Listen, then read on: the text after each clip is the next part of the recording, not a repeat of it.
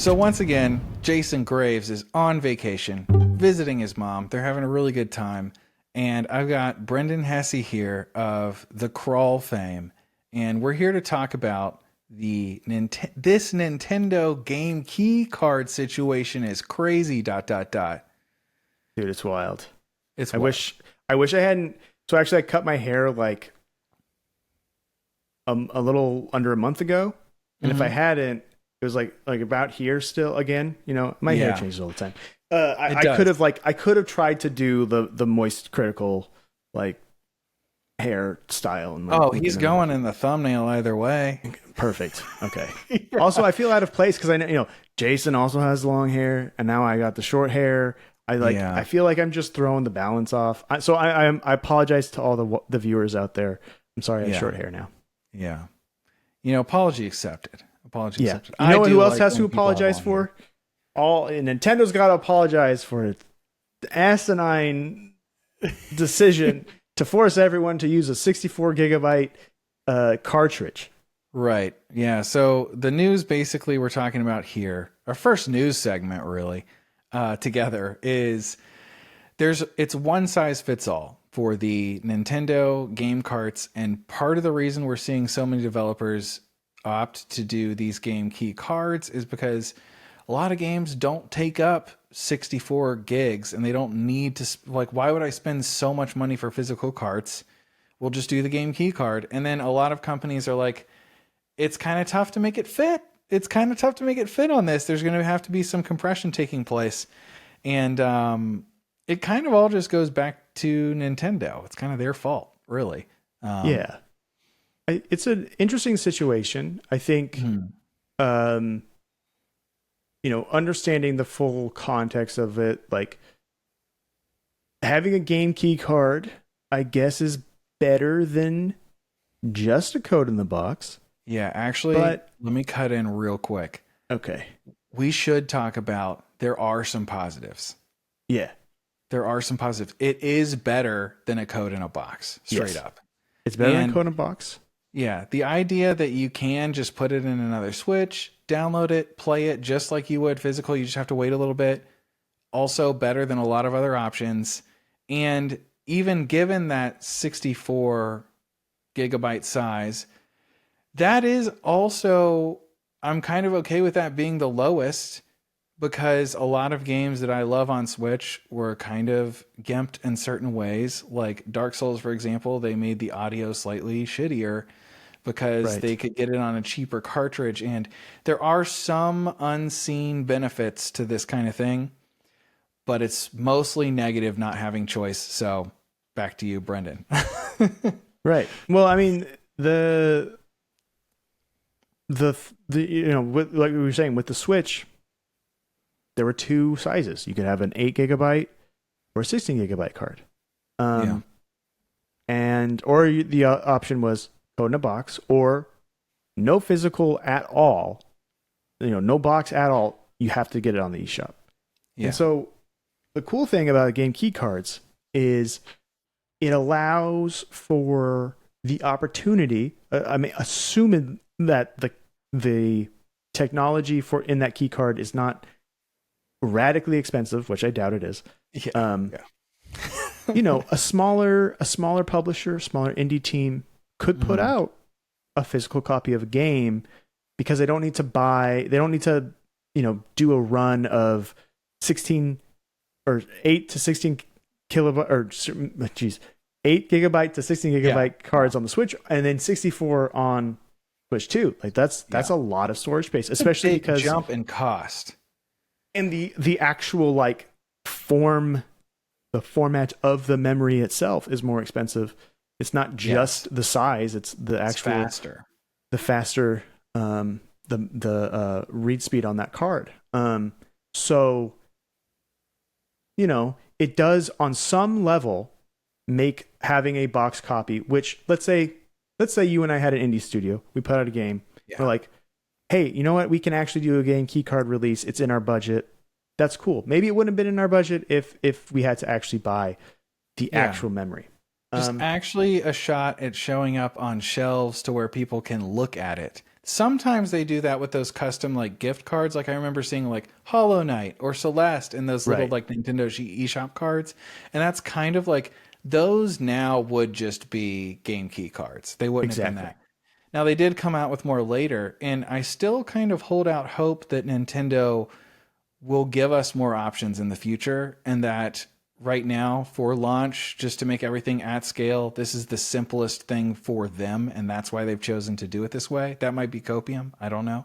I I think there's always a potential for 2 to 3 years down the road, smaller cartridge size or even a larger cartridge size. Like let's say, you know, let's say that the Oblivion remaster, which is like 120 something gigabytes on PS5 and whatever, let's say that they wanted to port that to Switch.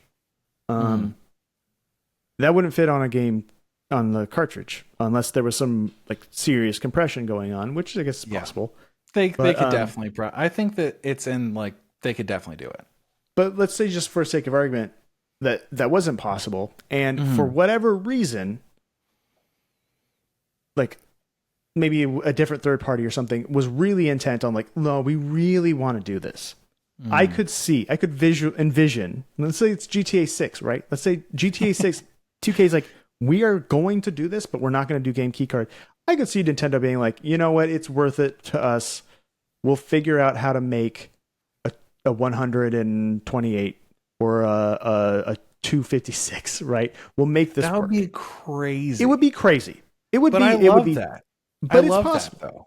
It's also possible. I could see on the other end of maybe like in Nintendo, they're like, all right, you know, we're putting out this game. We only need 16 gigabytes.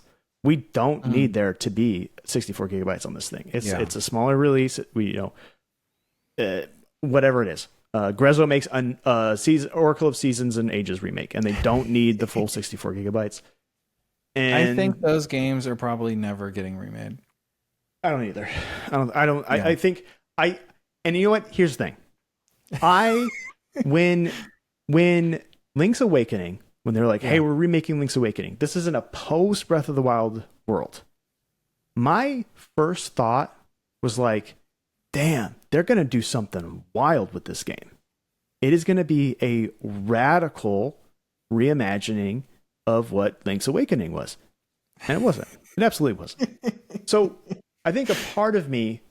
It was exactly the same, except it looked like a toy and it ran at a lower frame rate than the original. Yeah. Yeah. Yeah.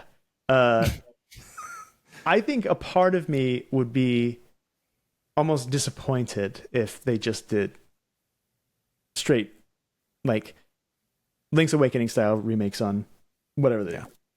That is not why we're here, though. That is not what we're discussing right now. That's true, but I will say, Waiting for Nintendo did do a segment where we went through every single Legend of Zelda game and ranked its likelihood of whether or not that would be the one that's getting remade on Switch 2. Did I miss this one? It's one of our better videos, honestly. We had like a Richter scale for it, and like it was like, okay, this is like remake warning, remake watch, remake warning. Like we had like different. How did I thought I've seen like 90% of the videos. I know there are a couple that I missed. I forget about that one too. It has a very unremarkable thumbnail, so that's probably part of it. Okay. It's one of our earlier episodes. But in that one, we basically were in agreement. We think it's going to be Ocarina of Time. And I think if they come out and it's just Ocarina of Time, then they have like wasted everyone's time. Like I don't think so. Actually, we've talked about this over like texts and DMs and stuff, but my theory is that rumor is akin to someone seeing. Remember how when Metroid Dread was like originally rumored as a Super Metroid remake, and people were like, they're remaking Super Metroid next. And then I think some people were even like, maybe it's a Fusion remake. And then it turns out to be, it's not. It's Metroid totally 5. It's a completely different game.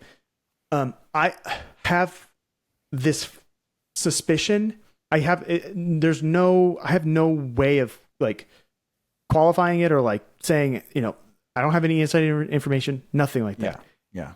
It just strikes me as potentially a similar case here where maybe someone saw or has knowledge of this game, this new Zelda. And they said like, okay, maybe Link's in a green tunic, maybe it's Kid Link, maybe something looks like the Temple of Time or the Deku Tree. And maybe they're like, that is an Ocarina of Time remake. Or maybe just through the grapevine, the rumor mill, like maybe there is something here that's like, it looks like Ocarina, but maybe it's not a remake. Because I think it would be, in much the same way I think remaking Super Metroid is a really precarious, fraught endeavor. I feel like you can't touch it. Don't touch it. There's no reason.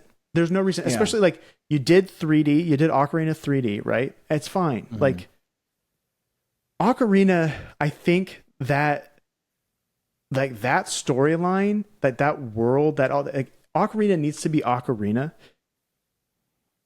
And yeah, okay, it laid the blueprint for 3D Zelda. Yeah. And so maybe that's why this other maybe it's just like, yeah, it's maybe they brought that blueprint back a little bit. I don't know. Copium, I have no idea. I'm looking forward to the next Zelda either way. Yeah, me too. I think there's I'm ready for something new, something different. Yeah, there's so much potential now. And in a world where we don't even know, like maybe Grezzo is doing something new too. Like I think on both the 2D and 3D front, Zelda is in a really interesting place that it hasn't been in 10 years. I was a little. I think they wouldn't do this, and we it's kind of treading old ground. But no one watched that video anyway, so I think it's safe. Zelda 1, I put on like remake watch. I kind of had like a 6 out of 10 scale that like this might be getting remade. The first one. My reason for why they wouldn't do that is because that's kind of what they view Breath of the Wild as. But I just had a funny feeling about it. I was just kind of like, ooh. But the real sign for that is takedowns for games that are like people who are making their own Zelda 1 like clones and stuff, like seeing DMCA takedowns, because that's what they did with like another Metroid 2 remake. And like, are they doing that? Are they taking stuff down? No, they're not. So like, I think that's probably not happening. Maybe it was just a secret wish for me, but I'm not really generally a remake guy at all anymore. I feel like I don't find them interesting, and I'd almost always rather just play the original version. I think for me, I want them to be either like it needs to be something that like I am so radically like it's such a radical departure. Like I like FF7 Remake is a radical departure. It's a sequel. Those are sequels. Totally different game. Yeah. Totally different game. They're in conversation with the story of the original. They are subverting things knowingly, openly. Like they're telling you, like this is not that game, and it's like that game literally still exists in this time. Like it's wild. Not for everyone. I understand that. But that is a more interesting artistic endeavor. Yeah, it's more interesting just in that like I'm not playing that same game again. Yeah. That game's always there. Like yeah. And they've said like they're like the reason that they want to like from a motivation, like their motivation for making the remake is they did so much other stuff post Final Fantasy VII with like Crisis Core and Advent Children and all this stuff that they were like, well, what if we retold that story with all of that stuff in the game? Like it's all there already, rather than it being this like weird add-on separate sequel stuff that kind of a lot of it came out of nowhere. So I think I understand from an artistic perspective why you would want to do that. Whereas you look at something like, I mean, we brought it up a little while ago, the Oblivion remake. That is like, dude, it's Oblivion. I don't know. Like, it looks prettier, but like... I don't think it does. I don't think it it looks looks prettier to the like. So I mean, I think it looks fine. I don't think it looks bad, but I also think Oblivion is bland as hell. I just don't. I don't hate Oblivion. It's just I think Yeah. Oblivion's fine. Yeah. But part of the weird allure of Oblivion is how like dreamlike and fuzzy and glowy it all is. And green and blue. Yeah, it's really an interesting looking game. It looks like Oblivion. And so like the newer version, like it's higher fidelity, it's clearer to look at, but I don't think it produces the same feelings or emotions as like playing Oblivion in 2006. At the very least, I think doing a remake, forget about like fidelity and stuff. You have to recreate that feel.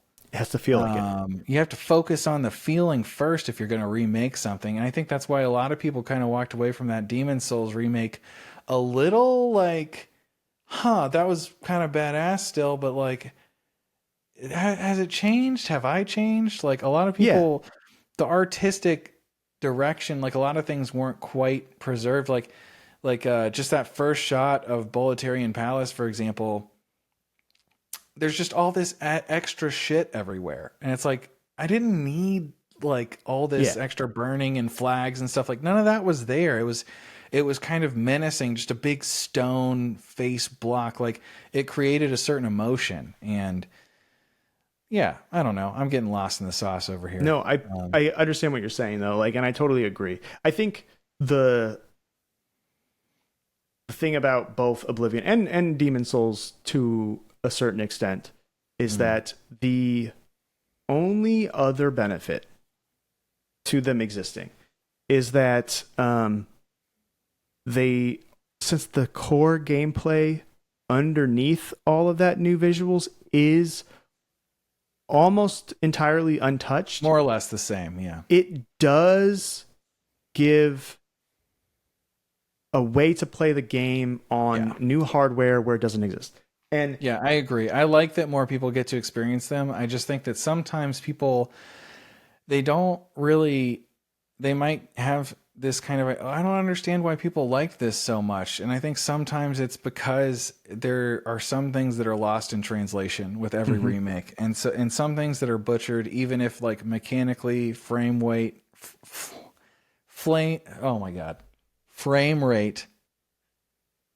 and the like, I'm sorry, I'm tired.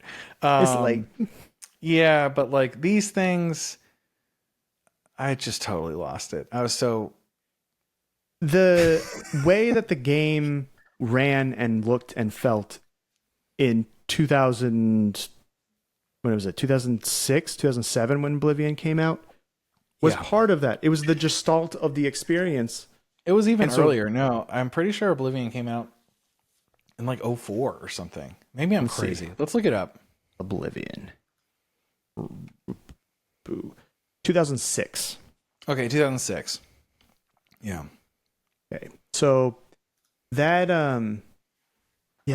that game, and like, you know, it was a time and place thing, but like ideally, I think they would let us just buy and play baseline Oblivion on the new consoles, baseline Demon Souls on the new consoles. I think there is an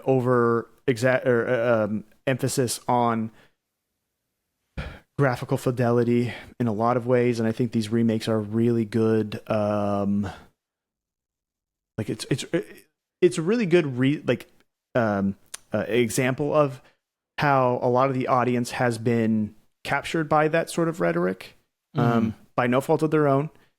It's just that's what, for so long, that is like better visuals, better game, Papa John's. Yeah. Like that is the whole. That's the whole thing. And so that's the whole story. Yeah. So yeah, I get it. Now, you know, can those games fit on a 64 gigabyte key card? I don't know. But you know, we'll find out. Yeah. It's just the whole thing's a little shallow and pedantic. A little bit. Yeah.